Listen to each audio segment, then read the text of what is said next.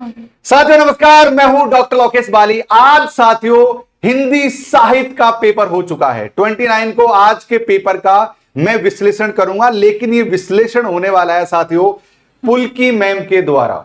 अब हम लोग खुद एग्जाम देने गए थे, क्योंकि अब जो एग्जाम के पूछने का जो तरीका है उसमें बहुत ज्यादा बदलाव आ गया है।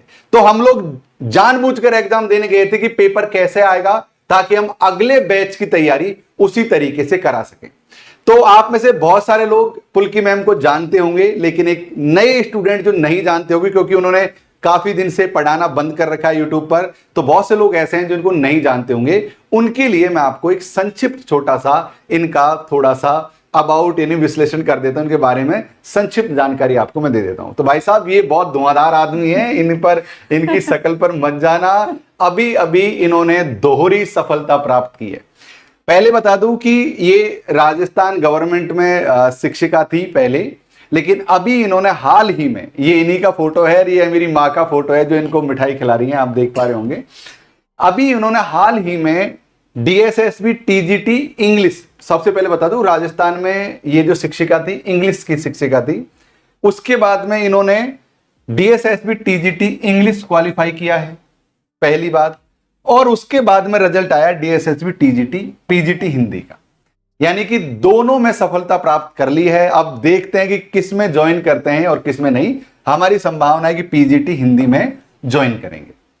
तो ये बहुत धुआंधार आदमी है, और पहले बता दूं कि इन्होंने नेट JRF कई बार क्वालिफाई कर रखा है, लेकिन ये मेरा ही सुझाव था कि मैं एग्जाम देने जाऊंगा तो बहुत सारे लोग देखेंगे मुझे कि सर एग्जाम देने आए, तो मैंने इनको भेजा मैडम को, बहुत सारे लोगों ने इनको पहचान लिया। तो आज हम बात करेंगे कि एग्जाम पेपर किस तरीके का आया है ना, और किस किस तरीके से क्वेश्चन पूछे गए, और आप लोगों का जो इधर आ जाइए आप लोगों का जो कट ऑफ कितना जा सकता है। तो सबसे पहले बताओ कि पेपर एक लाइन में अगर आप डिफाइन करें, क्योंकि आपको हिंदी की इतनी समझ है, नेट JRF के एग्जाम क्वालिफाई, खुद शिक्षिका हैं, DSSB जैसी एग्जाम को दो बार अभी हाल ही में फोड़ा है, तो क्या लग रहा है कि मैडम भाई साहब बताओ आपकी एग्जाम का पेपर कैसा रहा, कैसा आया? एक लाइन में हिंदी साहित्य के बारे में पहले चर्चा करेंगे और फिर हम बताएंगे हमारे जो पढ़ाए हुए में से कितना पेपर आया। पेपर देखो, पहले तो आप सभी को नमस्कार, कैसे हो आप सभी। पेपर मेरे लिए तो बहुत अच्छा था, लेकिन मैं बताऊं कि पेपर ना इजी था और ना बहुत ज़्यादा टफ था, मॉडरेट था पेपर। लेकिन आपने सर के साथ तैयारी की है तो आपको पेपर देख के बहुत मज़ा आया होगा, क्योंकि मैंने जैसे ही पेपर खोला ना, सबसे पहले DI आया था, पेपर 1 की मैं बात कर रही हूँ। और वो देख के मुझे हंसी आई और मुझे सच में आपकी याद आई, क्योंकि रोज़ आप DI कराते रहते हो जब भी मैं शाम को इधर आती हूँ। तो वो जब 5 क्वेश्चन किए थे मैंने, तो बहुत अच्छा लगा, कॉन्फिडेंस ऐसा लगा कि हाँ पेपर बहुत सही है। लेकिन पेपर बहुत इजी भी नहीं था सर, अगर देखें तो। हाँ, शाम को जब आप हिंदी की क्लास लेते हो तो मैं कई बार नोट करती हूँ कि आप एक एक ऑप्शन को बच्चों के सामने विश्लेषित करते हो, चारों ऑप्शनों को हम लोग खोल कर अच्छे से आप समझाते हो। तो पेपर आजकल वैसा नहीं आता कि हाँ कबीरदास जी ने ये कह दिया, प्रेमचंद जी की ये लाइन आ गई है, गोदान कब रचना की गई, ऐसा पेपर नहीं था, बहुत अलग लेवल का था। ज़्यादातर क्वेश्चन ऐसे थे जो बहुत डीप में पूछे गए। हम कहते हैं ना PYQs रिपीट होते, लेकिन वो उसी रूप में नहीं होते, ऑप्शन के रूप में होते हैं, अलग तरीके से होते हैं, मिलान वाले क्वेश्चन थे। और काफ़ी सारे क्वेश्चन ऐसे थे जो ऐसा लगता है कि हमने कभी पढ़े नहीं, लेकिन पढ़ने के बाद लग रहा कि हाँ सर ने समझाया था उस टाइम पे, देखा था कि हाँ इसका आंसर ये है, कर सकते हैं मतलब इजीली। पर पेपर बहुत इजी नहीं था और बहुत टफ भी नहीं था, अगर आप अच्छे से मॉडरेट कह सकते हैं इसे, मॉडरेट कह सकते हैं। हाँ। सबसे पहले आप लोग कमेंट करके बताओ कि कितने लोग पुलकी मैडम को जानते हैं। इनका यूट्यूब चैनल था पहले पुलकी वर्ल्ड, और वो बहुत दिन से पहले उस पर रेगुलर क्लासेस लेती थी, लेकिन बहुत दिन से क्लास नहीं ली है। अभी हम कुछ नया प्लान कर रहे हैं आगे, वो मैं आपको इसी वीडियो में समझाऊंगा कि वो धमाका वो क्या करने वाले हम लोग, ताकि पुलकी मैडम का भी सहयोग लिया जा सके, जो इनका इतने लंबे समय का जो अनुभव है उसको भी हम प्राप्त कर सकें। तो आप में से कितने लोग हैं जो उनको जानते हैं, नीचे कमेंट करके बताओ। और एक चीज का कमेंट और कर दो वीडियो को लाइक करते हुए कि भाई साहब आप लोगों का पेपर कैसा था, आप लोगों का क्या अनुभव रहा पेपर को लेके, जो आपका दिल में जो है ना वो सब कह दो। अच्छा, हिंदी में अगर हिंदी के पेपर की बात कर लेते हैं, फिर उसके बाद में पेपर 1 की बात करेंगे। हिंदी का जो पेपर आया है, कुछ ऐसे सवाल जो परंपरागत सवालों से हटकर कोई सवाल आए हो, या उसी परंपरा के हिसाब सवाल आए हैं? सवाल उसी तरीके के थे, बस फॉर्मेट चेंज था।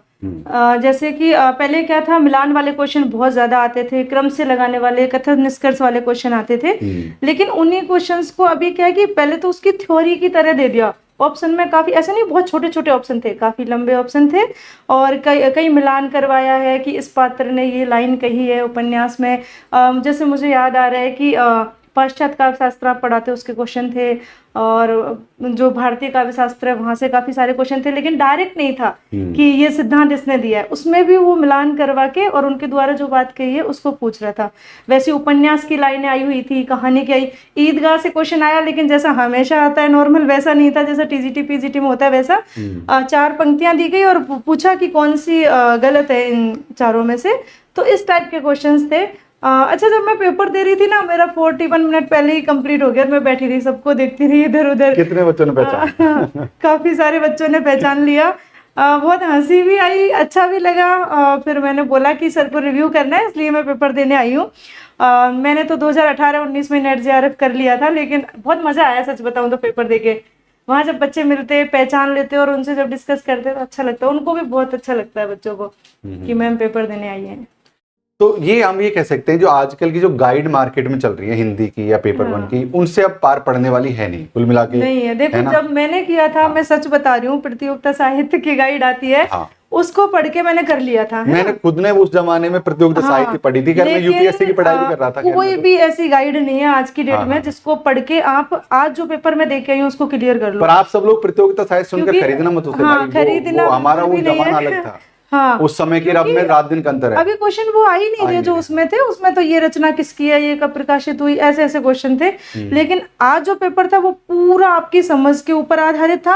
आप किसी भी टीचर से पढ़ते हो ना यूट्यूब पर, वो टीचर जब आपके सामने चीजों को रखता है, व्याख्या करता है ना, उसको आप ध्यान से सुनो, क्योंकि क्वेश्चन वहां से पुट हो रहे।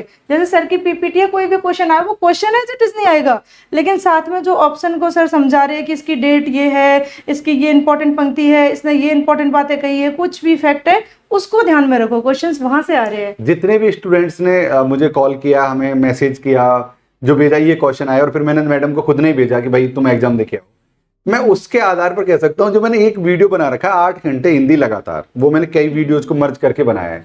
भाई साहब, मुझे लगता है कि आधा पेपर उस एक ही क्लास में से है। मैं उस क्लास का दोबारा देखूंगा, क्योंकि मैं क्या करता हूं, बाल की खाल निकालता हूं हमेशा। 4 ऑप्शन आए, चारों को समझाता हूं। मुझे किसी का भी राइटर का नाम सूझ जाता है तो मैं उसकी प्रमुख रचनाओं के नाम लिख देता हूं, रचनाओं का क्रम लिख देता हूं। तो वो सवाल आए हैं, बहुत अच्छा लगा मुझे जानकर कि मतलब पेपर अच्छा है। अगर जो कोई स्टूडेंट अगर उसने अच्छे से तैयारी की है ना, तो डेफिनेटली इस एग्जाम को पास कर देगा। जिसने बहुत अच्छी तैयारी की है उसको पेपर बहुत अच्छा लगा होगा, उसने जल्दी कर लिया होगा।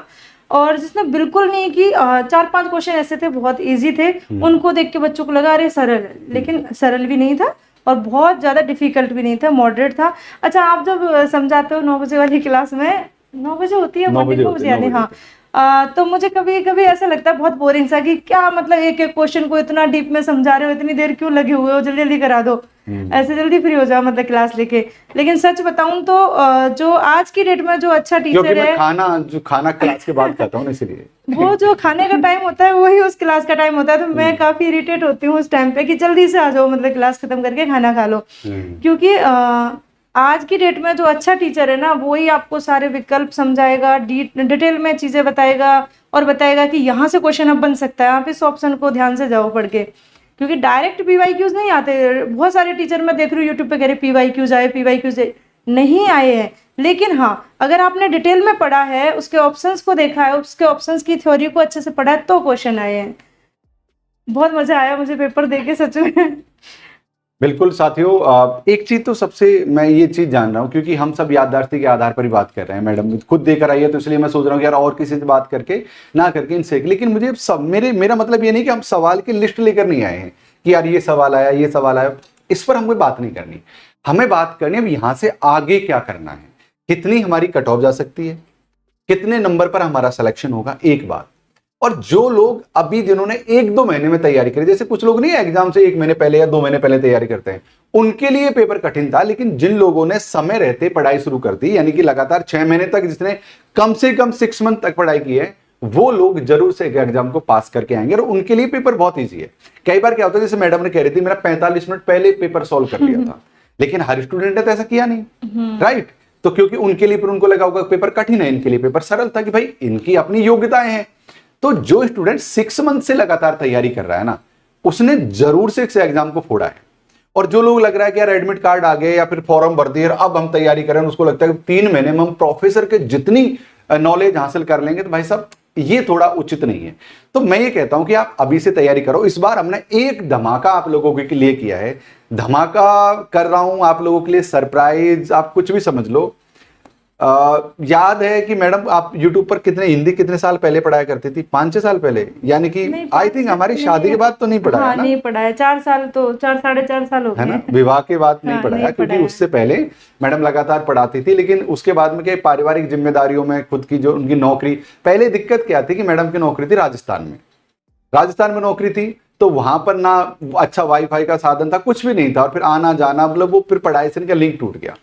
अब इनकी मेहनत रंग लाई। नहीं, पढ़ाई से लिंक नहीं टूटा, पढ़ाने से लिंक। पढ़ाई में लगातार कर रही थी, भाई पढ़ाई करी है तभी तो आपने पास की। अब इन्होंने क्या किया, फिर लगातार वहां पर पढ़ाई करती रही। पढ़ाई का नतीजा क्या हुआ, उन्होंने DSSB TGT फोड़ दिया इसी साल। अभी 2026 की रिजल्ट आया था, पिता अभी रिजल्ट आया उसी में ही। ये जो मैंने पोस्ट डाली थी फेसबुक पर, ये आप थोड़ी उधर जाइए, ये जो फोटो है, ये माँ है और ये उनको मिठाई खिला रही है। अगर आप इस फोटो में देखोगे तो अब आपको दिख, तो हुआ क्या कि पहले इन्होंने TGT इंग्लिश फोड़ दिया, मान लिया चलो TGT इंग्लिश हो गया, क्योंकि इंग्लिश की टीचर थी पहले ये। इन्होंने PGT हिंदी, क्योंकि हिंदी से भी MA है ये, तो इन्होंने फिर अब हिंदी PGT हिंदी में भी इनका सिलेक्शन हो गया है। तो अब आप सब दोस्तों की दुआओं से कि सर आप अकेले रहते हैं, ईवा यहाँ है, टॉप टूल बड़े समस्या हो जाती, तो फिर अभी ये भी इन्होंने मेहनत की और TGT या PGT के पद पर कहीं पर साथियों दिल्ली में ही अब ज्वाइन कर लेंगे। अब भाई जब आप लोगों की दुआओं से दवाओं से ये काम हो रहा है, तो क्यों ना इस चीज का फायदा आप लोगों को भी मिलना चाहिए। तो हम लोगों ने ये सोचा है कि यार देखो, मैं अकेला व्यक्ति, मुझे और जगह भी समय देना होता है, मुझे पेपर 1 की क्लास ही पढ़ानी होती है, मुझे हिंदी की क्लास ही पढ़ानी होती है, मुझे YouTube की क्लास ही पढ़ानी होती है। मैं ये सोच रहा हूं यार, तुमने इतनी दुनिया भर के एग्जाम क्वालिफाई किए, लिस्ट है पूरी, गिनाओ भाई कब कितनी पास किए हैं, गिनो तुम कितनी नौकरी पास की है इन्होंने, बताओ। वहां से पढ़ाओ, सब इंस्पेक्टर से बोलो। सबसे पहले तो IBPS क्लर्क, ठीक है। हाँ, उसके बाद में सब इंस्पेक्टर में हुआ, CPO में जो SSC से होता है 2, उसमें हुआ, प्री फिजिकल सब उसका हुआ, ठीक है। उसके बाद में एक बैंक का एग्जाम था, और कहाँ पोस्टिंग, जो बैंक ऑफ बड़ौदा का था 3, उसमें हुआ था, KVS में हुआ था, KVS 4, PGT में, और फिर अभी जॉब कर रही हूँ राजस्थान में जो इंग्लिश की हो है 5। इसके अलावा नेट आर्मी स्कूल का, आर्मी पब्लिक स्कूल का अमेठी में सॉरी उसका था, मैं गई नहीं वहाँ पे। इसके अलावा सीटेट मैंने 6-7 बार क्लियर किया था। सीटेट छोड़ दो, तो नौकरी वाली बात बता, 6 हो गई। हाँ 6 हो गई। अच्छा, सबसे पहले तो DSSB 2014 में मैंने क्वालिफाई किया, लेकिन मेरे डिग्री का कोई इशू हो गया था। हाँ, वो तो हटा दो, डिग्री का इशू होगा तो हटा दो। 6 तो हो गई आपकी। फिर अभी राजस्थान वाली 7, जिसमें नौकरी कर रही हो वर्तमान में 7, और DSSB TGT और DSSB PGT। DSSB का 9 नौकरी ये बंदी 9वीं नौकरी अभी ज्वाइन करेगी। तो देख रहे हो तुम हैं?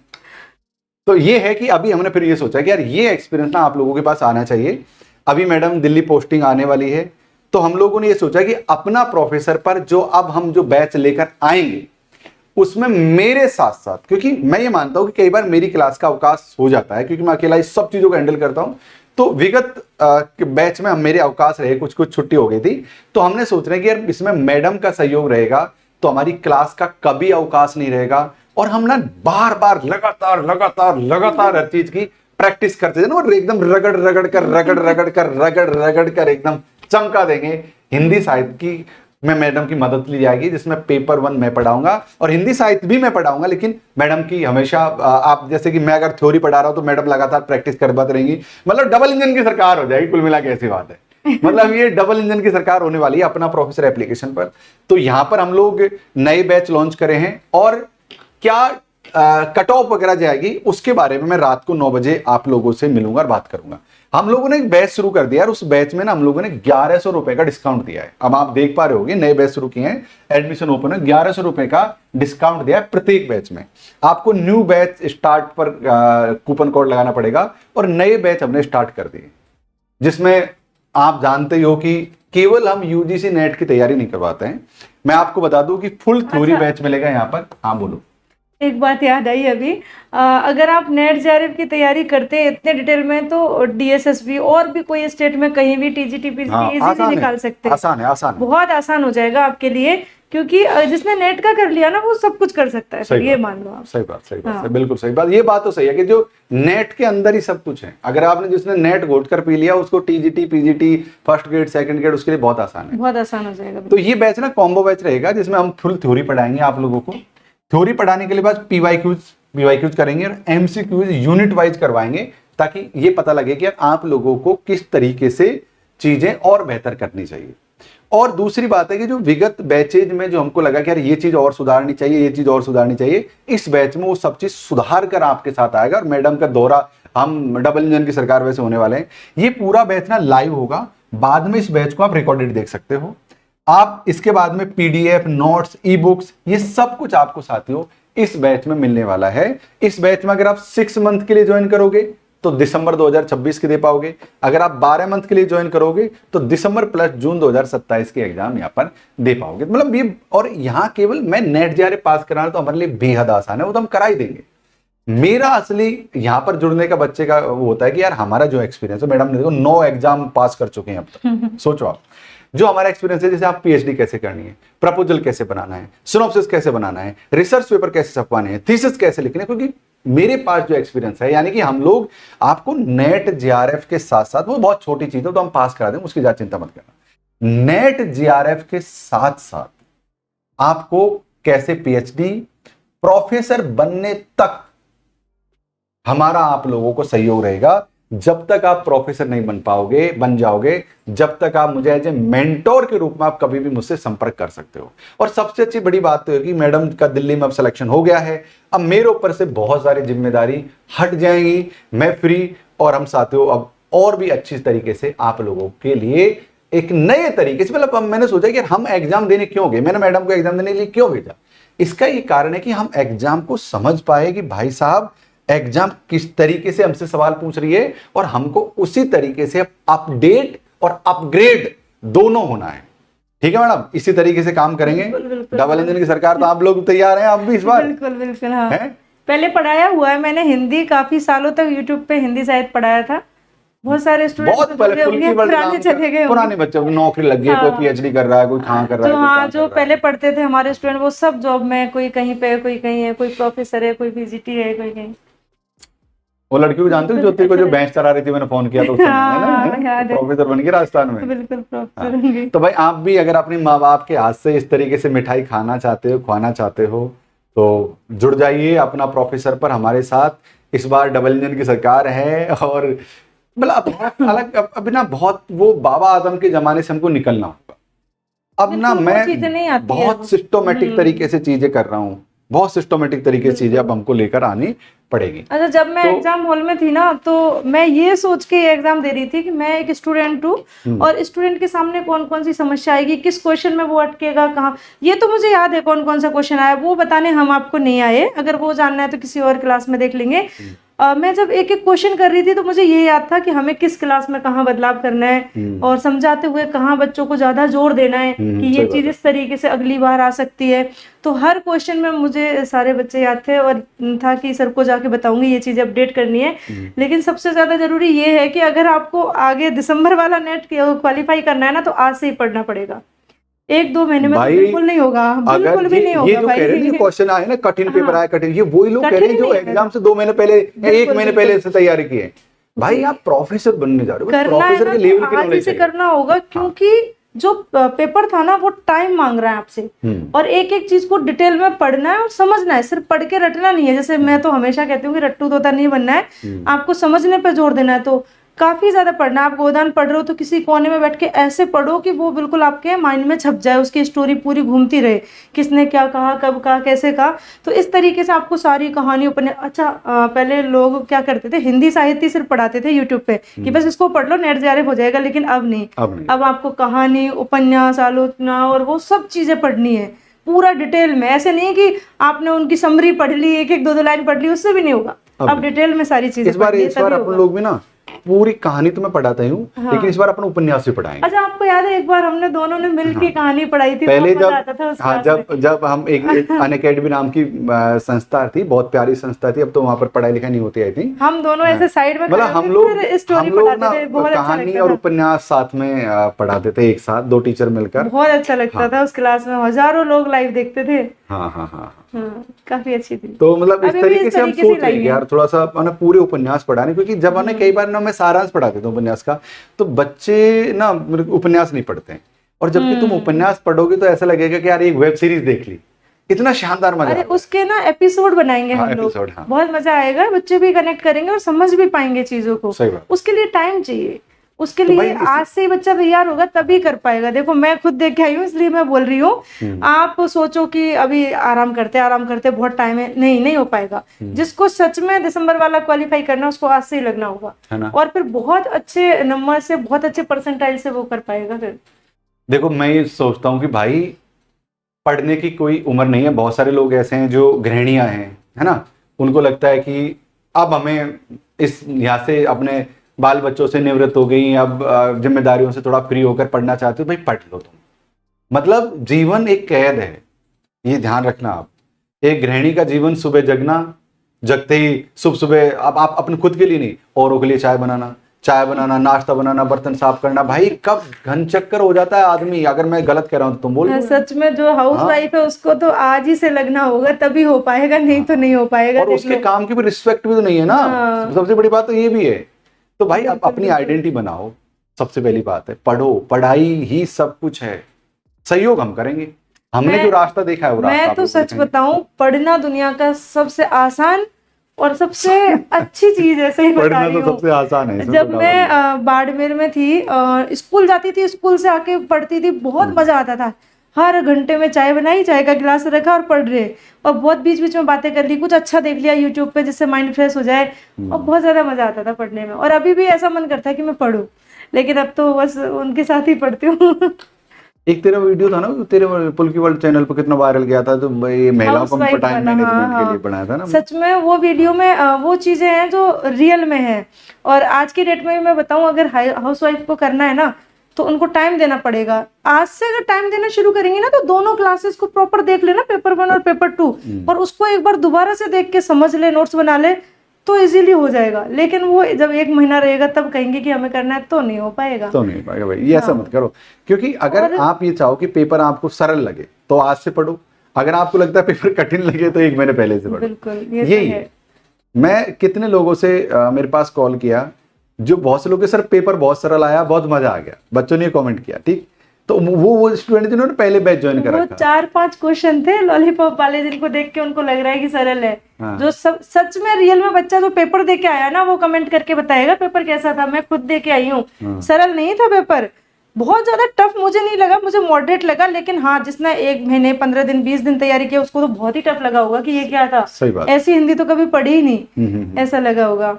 और है ना, हाउसवाइफ का पढ़ना तो सच में बहुत जरूरी है, मुझे ऐसा लगता है। मतलब मुझे लगता है कि ना, देख, बेटियों को हर कोई पढ़ाता है, लेकिन बहुओं को पढ़ाना बहुत बड़ी बात है। जैसे मेरी शादी के बाद भी मैंने पढ़ाई की, जॉब लगी, तो शादी के बाद जब रिजल्ट आता है ना, और जो खुशी होती है भाई, वो तो सच में अद्भुत है। मैं रोने लग गई थी जब रिजल्ट आया था ना। मतलब जो मेरी सासू माँ, उनके गले लग के रोने लग गई थी।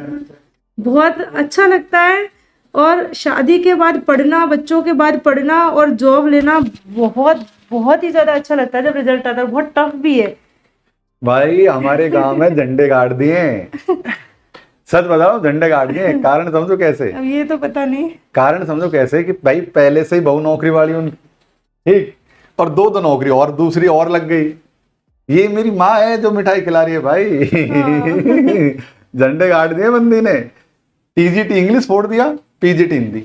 अच्छा, जिस दिन मेरा रिजल्ट आया था, मुझे याद है जीजी की, मतलब मम्मी की, जो कॉन्टेक्ट लिस्ट में जितने नंबर थे ना, हर नंबर पे कॉल करके, हमारे पूजा का पेपर पास हो गया, पूजा की दिल्ली में जॉब लग गई, पूजा की दिल्ली में, हर किसी को। तो मैं ये देख रही कि देखो, जितनी मैं खुश हूँ उससे ज्यादा तो मतलब मम्मी खुश है। तो ये सबसे बड़ी बात है भाई। ये खुशी देखने के लिए तो बहुत मेहनत करनी पड़ेगी। हाँ, पर ये असंभव नहीं है। मतलब आप सोचो कि आपके सामने जीता जाए तो उदाहरण है कि अपनी नौकरी करते हुए, और पता है इनके रूम से इनकी जॉब कितनी दूर थी? 35 किलोमीटर दूर। हाँ, एक तरफ से जाना, एक तरफ से 35 किलोमीटर जाना और 35 इतनी किलोमीटर आना। कड़ाके की धूप, और वहां पे सर्दी भी ज्यादा, धूप भी ज्यादा। हाँ। और अगर आप अपने व्हीकल से नहीं जा रहे हो तो 4-5 व्हीकल चेंज करके फिर स्कूल तक पहुंच पाती थी मैं। हाँ। मेरे साथ एक मैम थी, अगर वो छुट्टी ले लेती थी ना उस दिन, तो मेरा स्कूल जाना बहुत मुश्किल हो जाता था। पहले ऑटो में, फिर बस में, फिर ऑटो में, फिर पैदल। तो भाई संगीता मैडम आपको भी थैंक यू। हाँ, थैंक यू तो है ही, बिल्कुल है। तो इनकी जॉब थी बाड़मेर में। हमारे बाड़मेर में बहुत सारे स्टूडेंट हैं, जो एक बार मैं गया था बाड़मेर में, अपन को मार्केट में मिल गए थे ना बच्चे। बिल्कुल, हाँ। तो पर अभी दिल्ली आ गई हैं और हम अब मिलकर अच्छा आप लोगों के लिए कराएंगे। अभी बाड़मेर जाऊंगी मैं विदाई लेने। हाँ, विदाई लेने तो जाना है। खैर, तो ये है साथियों पूरा लेखा जोखा। असंभव कुछ नहीं है यार।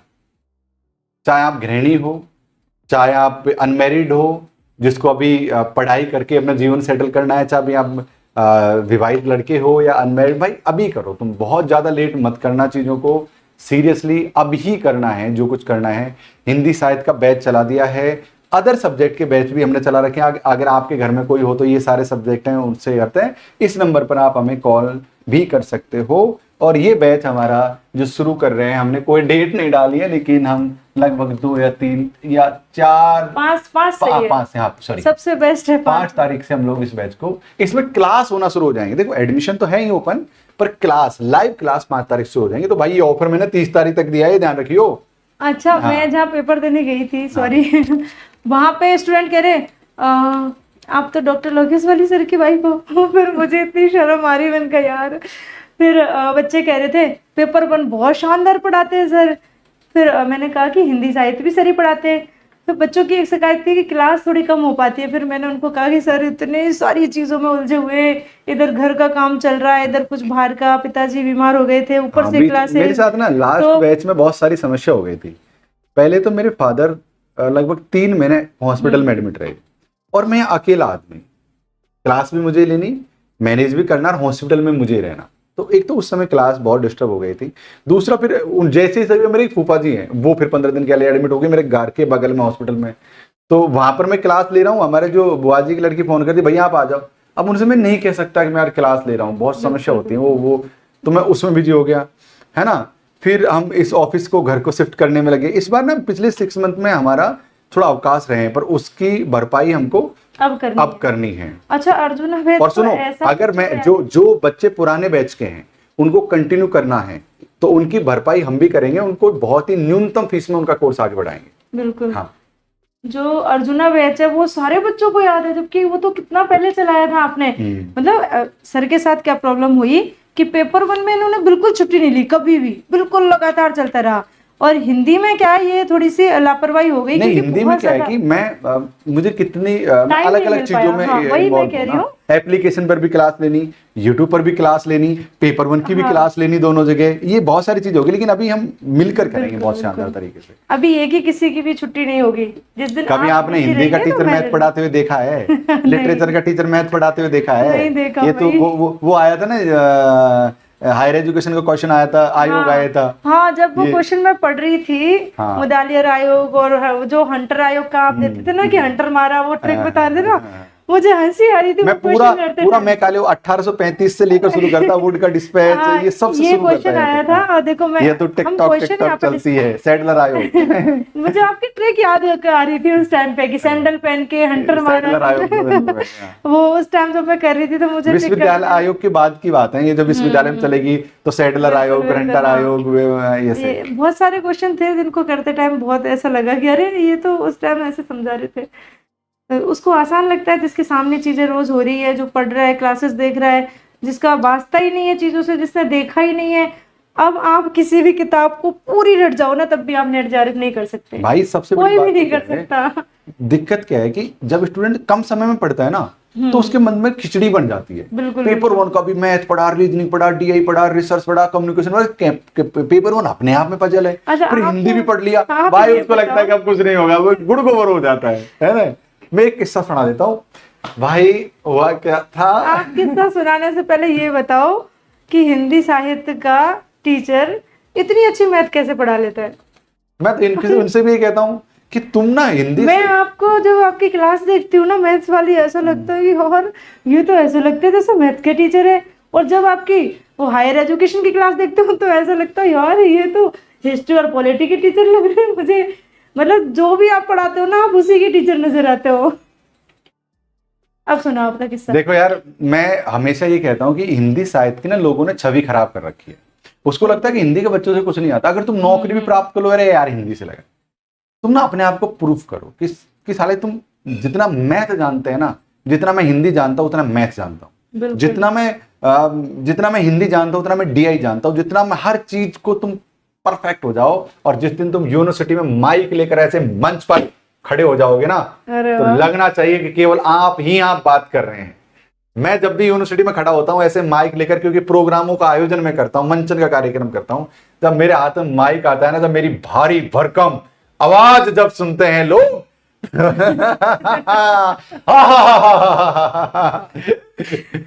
तो बड़ा मजा आता है। इस बार ना अब कहानी उपन्यास ना मिलकर पढ़ाएं।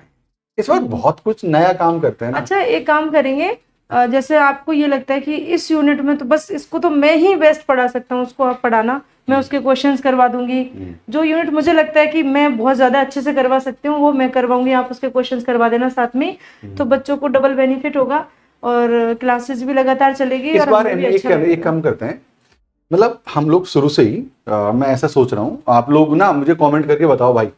मैं सोच रहा हूँ कि जैसे कि मान लो कि मैं कोई यूनिट का थ्योरी पढ़ा रहा हूँ, तुम पैरेलल ही साथ के साथ उसके ऑप्शन करा दो क्वेश्चन, हाँ, ठीक है। या फिर तुम कोई थ्योरी पढ़ा, जैसे मान लो यूनिट नंबर 2 की थ्योरी पढ़ा रहा हूँ मैं, हाँ, और यूनिट नंबर 2 मान लो मैं आदिकाल पढ़ा रहा हूँ, बिल्कुल तो तुम आदिकाल के सारे एमसीक्यूज पीवाईक्यूज करा दो। पहले एमसीक्यूज करा के इससे डबल फायदा ये होगा, कुछ अलग फैक्ट जो मुझे आता होगा मेरे दिमाग में होगा वो मैं क्वेश्चन करते टाइम आपको समझा दूंगी, या फिर सर को आ रहा होगा तो सर थ्योरी पढ़ाते हुए आपको समझाएंगे, तो उससे डबल बेनिफिट होगा। उससे फायदा ही होगा कि हम जब एग्जाम के टाइम पर लगातार प्रैक्टिस कराते हैं ना, वो प्रैक्टिस आज से शुरू हो जाएगी। मैंने जो मेरे साथ के स्टूडेंट है या मेरे साथ जो सहपाठी है उनको देखा है कि वो क्या करते हैं कि एग्जाम की जब से तैयारी शुरू करते हैं तब से लेके और एग्जाम देने जाते हैं तब तक आदिकाल को ही पढ़ते रहते हैं। आधे से ज्यादा ऐसे स्टूडेंट है सच में, आदिकाल को इतना ज्यादा पढ़ देते हैं, जबकि वहां से तो एक ही 2 क्वेश्चन आते हैं, इतने ज्यादा क्वेश्चन भी नहीं आते।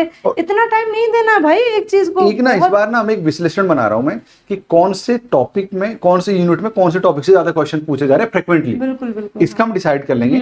और दूसरी बात, सबके कान मरोड़ कर इनके जितने भी लोग देख रहे हैं इनसे सबसे नोट्स बनवाओ।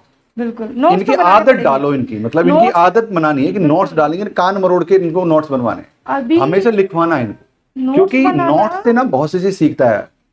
अब ज्यादा जरूरी है नोट्स बनाना, क्योंकि एआई का जमाना आ गया, इतनी गलतियां आ गई ना हर जगह कि आपको नोट्स बनाना खुद के बहुत ज्यादा जरूरी है आज के टाइम पे।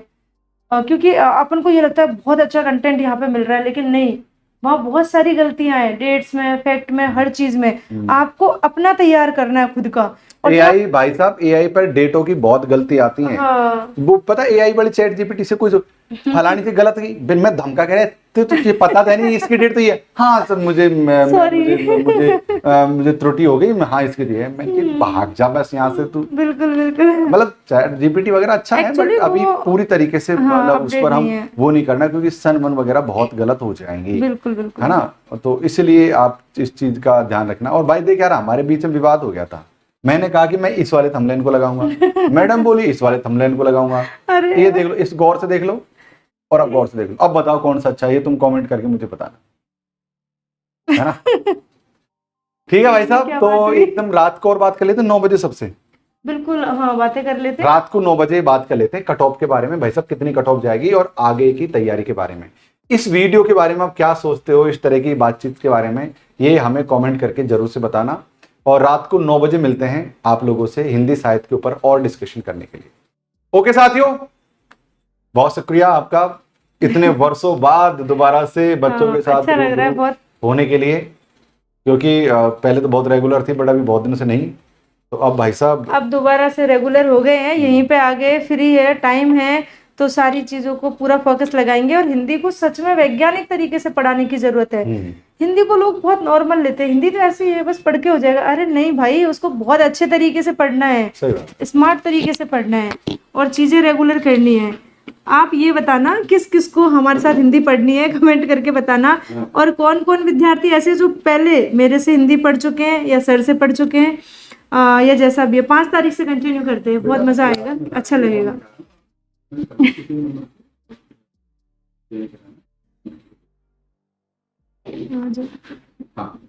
ठीक है साथियों, तो आज यार बस इतना ही डिस्कशन में। और आप भी, हम भी चाहते हैं कि आप भी, आपको घर वाले इसी तरीके से मिठाई खिलाएं और बड़ा अच्छा लग रहा है। हाँ, नया बैच, घर वाले नहीं, ससुराल वाले, हाँ, हाउस वाइफ है। घर वाले तो सबके खिलाते हैं, जो हाउस वाइफ है वो देखो कितना मोटिवेशन है इस चीज के। नया बैच ज्वाइन कर लेना। ये जो बैच है ना, नेट के साथ साथ अभी सीजी सेट के एग्जाम, छत्तीसगढ़ सेट के एग्जाम भी आएंगे, सीजी सेट के एग्जाम में भी आपको ये बैच हेल्प करेगा। तो ये बैच हमने लॉन्च कर दिया है, आप जाओ ज्वाइन करो, डिस्काउंट भी इस समय चल रहा है, कल लास्ट डेट है डिस्काउंट की। तो चलिए साथियों, हमेशा की तरह रुको मत, थको मत, डटो मत, हटो मत। नमस्कार, जय हिंद, जय भारत। जय भारत।